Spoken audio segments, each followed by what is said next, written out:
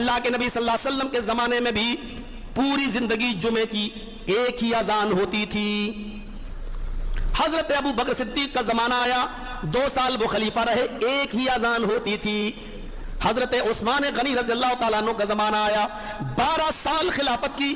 اللہ کے نبی کے زمانے میں 1 سال، پوری ایک اذان پوری زندگی۔ حضرت ابو بکر کا زمانہ آیا، 2 سال ان کے زمانے میں پوری ایک اذان۔ حضرت عمر کا زمانہ آیا، عمر فاروق نے کتنے سال خلافت کی؟ 10 سال۔ اذان کتنی ہوتی تھی؟ ایک۔ عمر فاروق کے پورے زمانے میں ایک اذان۔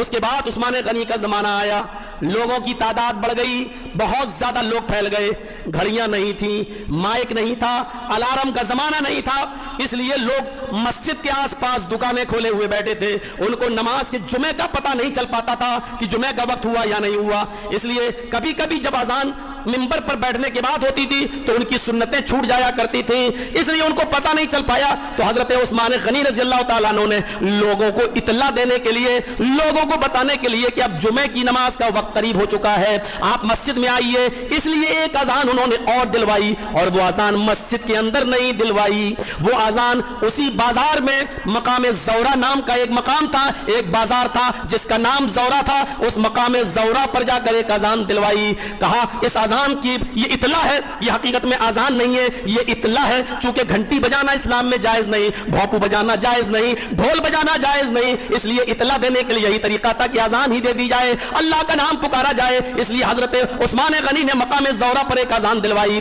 اس اذان کا مطلب یہ تھا کہ لوگوں اب اپنی دکانیں بند کر کے مسجدوں کے اندر جاؤ، جس کے کانوں میں آواز پہنچ گئی وہ سن لے کہ اب مسجد میں جمعے کا وقت قریب ہو گیا ہے، تمہارے جمعے کی نماز کے اہتمام کے لیے اذان دلوائی جا رہی ہے، لہٰذا تم مسجد کی طرف جاؤ۔ اس اذان کے ہوتے ہی جو بازار میں دی گئی لوگ سن لیتے تھے تو اس کے بعد اپنی دکانیں بند کر دیا کرتے تھے اور فوراً مسجد میں آ جایا کرتے تھے۔ حضرت عثمان نے جو کیا وہ غلط نہیں کیا، وہ اس وقت کی ضرورت تھی، لیکن آج کے زمانے میں اس ضرورت کو ختم کر دیا گیا ہے۔ گھڑیوں نے اس ضرورت کو پورا کر دیا، موبائل نے اس ضرورت کو پورا کر دیا، لاؤڈ اسپیکر نے اس ضرورت کو پورا کر دیا، اور ہمارے موبائلوں میں لگے ہوئے الارم نے اس ضرورت کو پورا کر دیا۔ جب یہ ضرورت ہی نہیں رہی تو اب اس اذان کی بھی ضرورت باقی نہیں رہی۔ میرے پیارے ساتھیوں، اب کوئی اذان کو سنت سمجھ کے کرتا ہے تو وہ غلط ہے، کیونکہ سنت وہی ہے جو جناب محمد رسول اللہ نے ادا کی تھی، اور وہ ایک اذان تھی۔ سنت وہی ہے جو حضرت ابو بکر نے دی، اور وہ ایک ہی اذان تھی۔ سنت وہی ہے جو حضرت عمر نے اپنے 10 سال خلافت کے زمانے میں ادا کی، اور وہ ایک ہی اذان تھی۔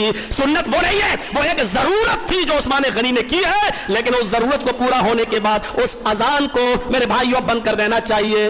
حضرت عثمان نے تو اذان دلوائی تھی کہاں؟ مقام زورہ پر، لیکن عثمان غنی کے بعد علی کا زمانہ آیا، عمر ابن عبدالعزیز کا زمانہ آیا، اس کے بعد یہ زمانہ بہت آگے بڑھتے بڑھتے پھر مروان ابن حکم کا زمانہ آیا۔ جب مروان کا زمانہ آیا، اس کمبخت انسان نے کیا کیا؟ مقام زورہ سے وہ اذان ہٹا کر مسجد میں دلوانا شروع کر دی۔ جو اذان حضرت عثمان نے بازار میں دلوائی تھی، اس بدعتی شخص نے اس اذان کو مسجد میں لا کر داخل کر دیا کہ اب اذان مسجد میں دی جائے گی۔ میرے بھائیوں، مسجد میں اذان دینے کی دوسری یا پہلی اذان دینے کی ہمت تو حضرت عثمان کے اندر بھی نہیں ہوئی، اس نئے کام کو ایجاد کرنے کی ہمت تو عثمان کے اندر بھی نہیں ہوئی۔ عثمان غنی نے تو بازار کے اندر دلوائی۔ اے سردار، ٹولے کے سرداروں، تمہارے ضمیر کتنے مضبوط ہیں، جس اذان کو مسجد میں دینے کی ہمت حضرت عثمان کو بھی نہیں ہوئی، آج اس اذان کو تم اپنے محلے کی مسجدوں میں ادا کروا رہے ہو، مولویوں کے کہنے پر بھی نہیں مان رہے ہو۔ ثناء اللہ مدنی جیسی شخصیت آئی، ان کی بات بھی تم نہیں مان رہے ہو، عبدالغفار سلفی جیسی شخصیت آئی، ان کی بات بھی نہیں مان رہے ہو۔ ارے مت مانو، کم سے کم جناب محمد رسول اللہ صلی اللہ علیہ وسلم کی تو مانو۔